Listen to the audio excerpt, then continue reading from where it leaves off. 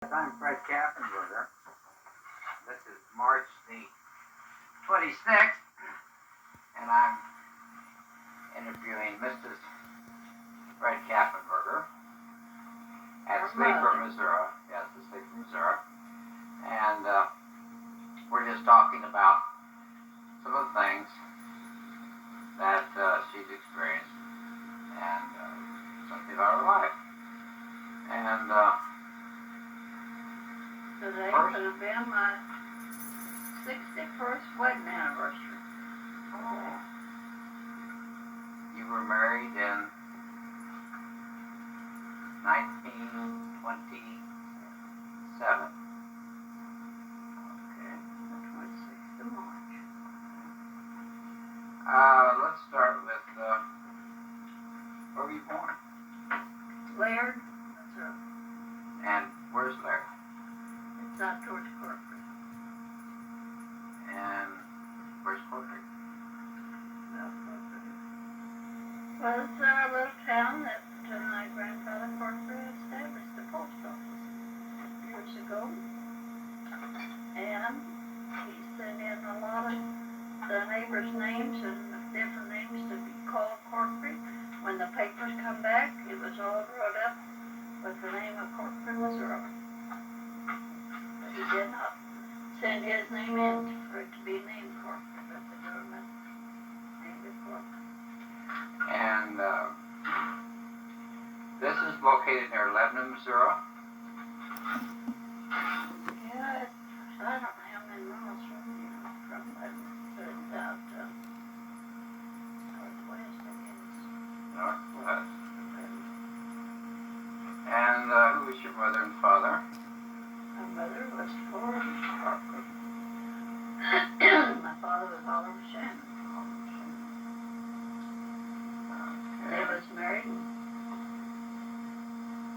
in 1904, November 13th, 1904. You know where?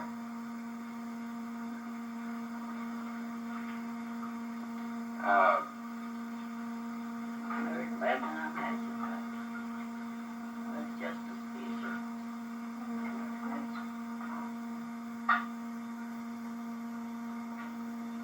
And they had Olive, the oldest girl. She was born in September the 26th, 1905. I was born October 17th, 1907. And Herbert was born November the 14th, 1909. And Albert was born May the 25th, 1912. And Arthur was born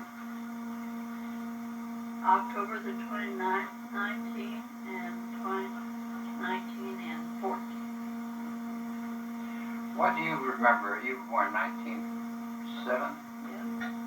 What do you remember? Do you remember the,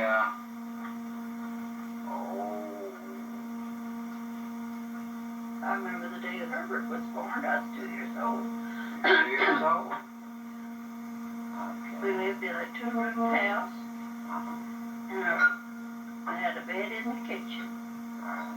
And I went to sleep, and when I woke up, they told me I had a brother, and I can remember how the kitchen was. It had this old safe, and it had, instead of glass on the doors, it was tin with little holes kind of punched in the safe, and that's where we kept our dishes. It was back in the corner, and we had just a flat wood stove with the burners. And I was over, like over by the window, in that bed. We had a table and chairs in there. And the living room, that was another, where my folks slept in the bed.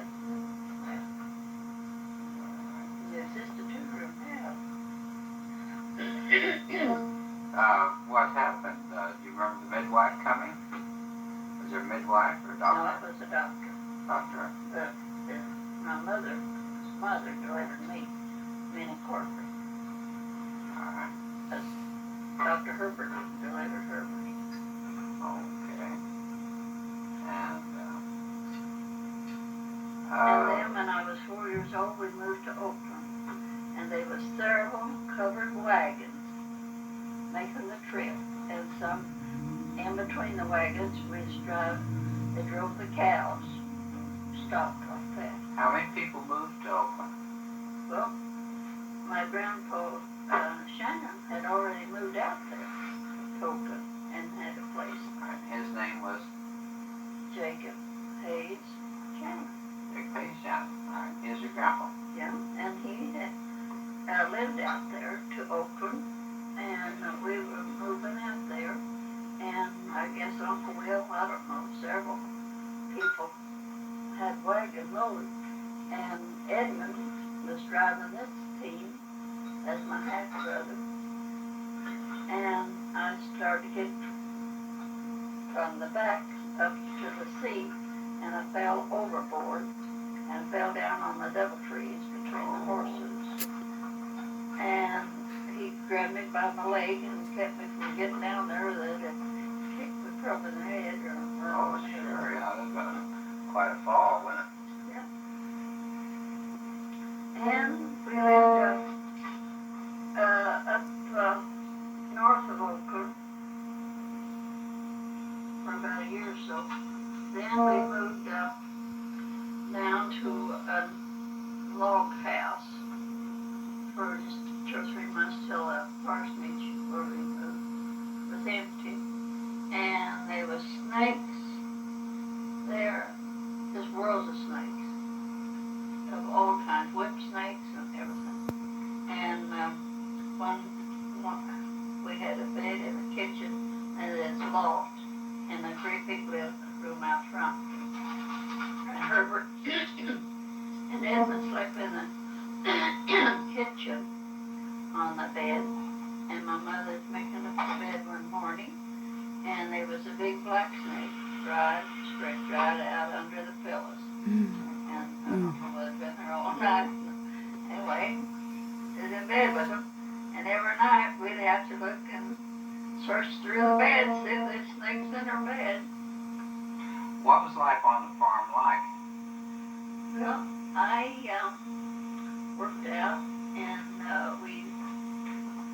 we didn't have corn planters like they did, and we had to plant the corn by hand. And we'd walk along, drop the corn, and we raised everything we had to eat. We butchered our own meat in the winter, and we canned pickles and blackberries and strawberries and gooseberries and every kind of a wild berry there was. And we canned pickles and green beans and tomatoes, and we raised dry beans and like pesto soup beans and things like that. And we would of the winter, we would bring in big sacks of those beans and shell them at night. And we raised popcorn, and we'd shell our popcorn, put it up, and we'd get walnuts for the winter. We'd store them. We'd buy apples. We didn't have apples there. We'd buy apples, and we would have a big bin down in the cellar or the basement of the house, and we had straw in there, and we put those in there, and then we dug our potatoes. We had them in there. Then we had planted turnips, and we'd pull them in the fall, and we'd dig a big hole in the ground and line it with straw and put those turnips in there, and then we'd put the dirt up over them. And in the winter we wanted to get any turnips or anything, went down there, dug down in there, got turnips, carrots, and parsnips. And the cabbage, we done it the same way. We buried it. What we didn't make kraut out of, but every year we'd make 10, 15, 20 gallons of kraut in these great big jars. And we'd put in cabbage, cut it up, put it down in there, and we'd put in a layer of salt. And then it would make its own brine come up over it. then we would had a big wooden, a piece as big around as the top of the jar, and we had a big rock we washed clean, and we put it on there, and that weighed down, that brought the brine up over that. And we wanted any kraut, just what there is. And hominy, the same way, we would shell the corn, and then we'd take Maryborough lye and put in so much Maryborough lye in the kettle with this hominy out of the corn. And we'd boil it till the outside began to come off, and then it'd pop up, you know, like hominy would. Mm-hmm. Yeah. And it got soft, and well, not too soft, but anyway, that. Softer. And then when it got, then we'd wash it through just water and water and water till you couldn't taste that lye anymore or smell it or anything. And then we'd put it in jars and seal it up. We'd heat it, get it hot, and then put it in jars and seal it. And that was hominy. And when they butchered, we didn't have no way of keeping the meat because it didn't have refrigerator anyway. And we would grind up the sausage, and we'd make it in the bowls, and then we would put it in a half a gallon fruit jar. Then pour that hot grease over it and seal it up. Excuse me.